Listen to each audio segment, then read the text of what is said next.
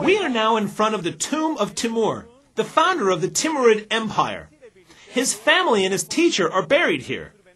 People call this place Gure Emir, which means the grave of the commander.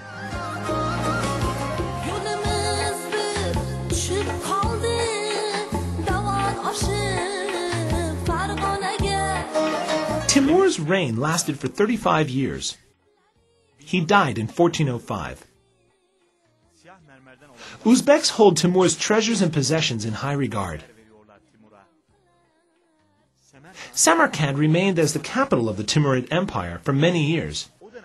It was one of the most populated cities of the time, with a population of about 150,000.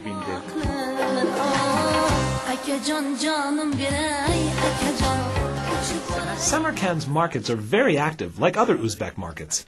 We had a walk in the market and browsed what they had to offer. We had a nice chat with the sellers in the market. They welcomed us with a smiling face. They tend to treat all guests in a nice way and with a smiling face.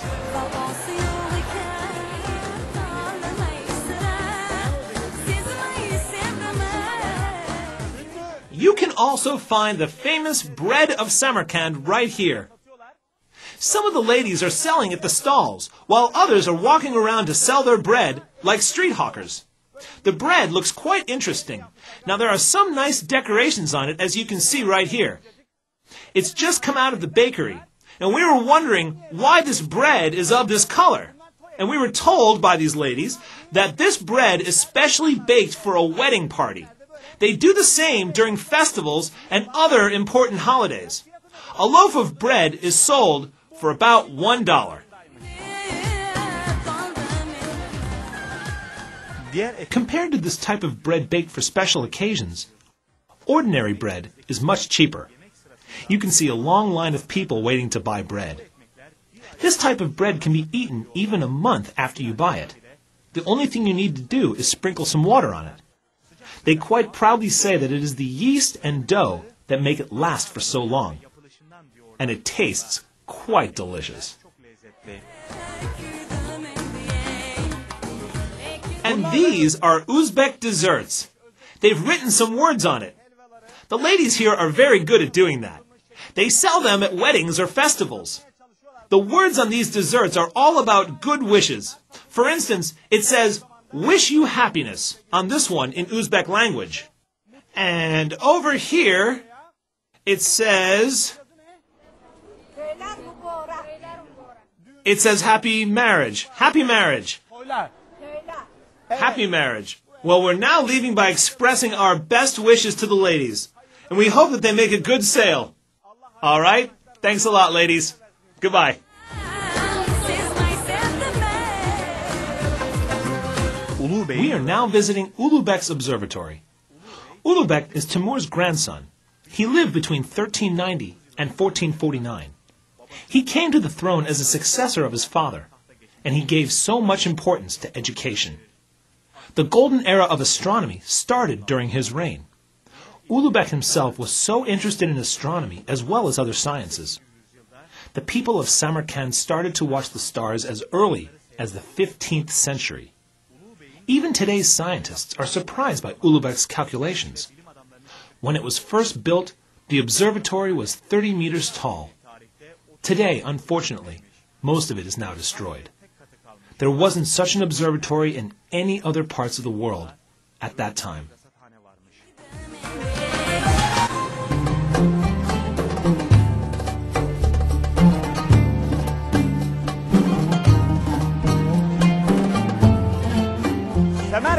We are now in front of Imam Bukhari's tomb.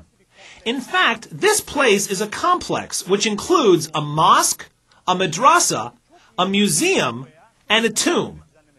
Now, the authorities have protected this place very well. It's very beautifully designed. Such great scholars such as Imam Bukhari and Imam Tirmizi have studied right here. Imam Bukhari was born in the city of Bukhara and buried in Samarkand.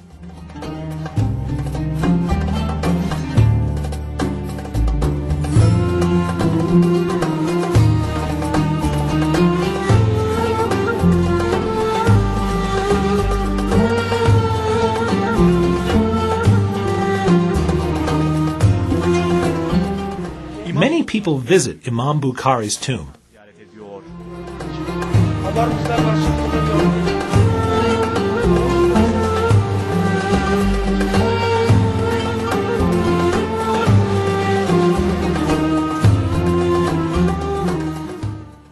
This is the grave of the famous scholar Imam Bukhari.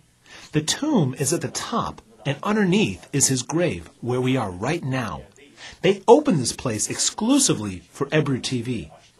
Now we are expressing our good wishes to Imam Bukhari and remembering him once again.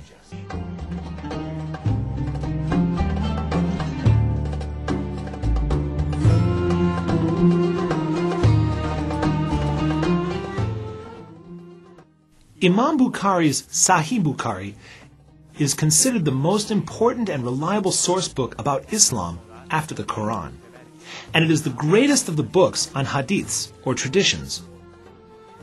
Imam Bukhari is believed to have memorized 600,000 hadiths.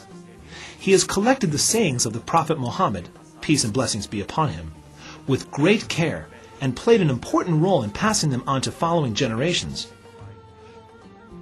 Imam Bukhari is known to have based his book, Sahih Bukhari, on 7,275 hadiths, which he chose out of about 600,000. It was only in 1998 that the tomb and the mosque were restored to their current condition, after they were neglected in the Soviet era. This tomb is constantly visited. Islam Karimov himself made the opening of this place on the occasion of Imam Bukhari's birthday. Hello. Hello, how are you? Yes, we're from Istanbul. Uh-huh. The people we met at Imam Bukhari's tomb were delighted to see us. It gave us a different pleasure to be tourists in Uzbekistan. They expressed their special thanks as we're making a program on Uzbekistan.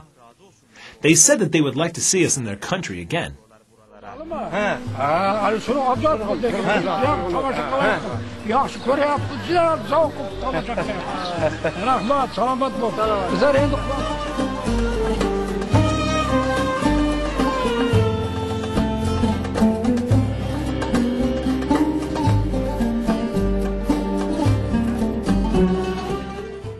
We're together here with Uzbek people.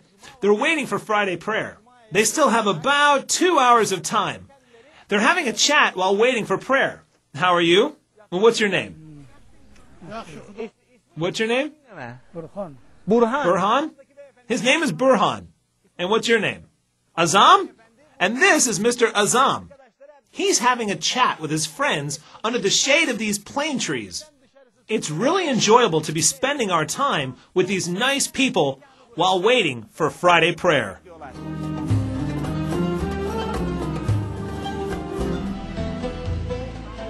Qusam ibn Abbas.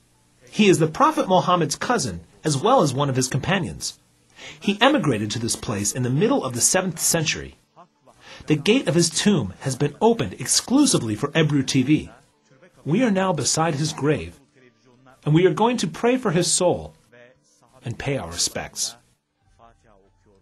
It's reported that Qusam ibn Abbas looked so much like the Prophet Muhammad, and the Prophet loved him very much. He would sometimes borrow his horse. Qusam ibn Abbas also became a governor of Mecca during the caliphacy of Omar ibn Khattab.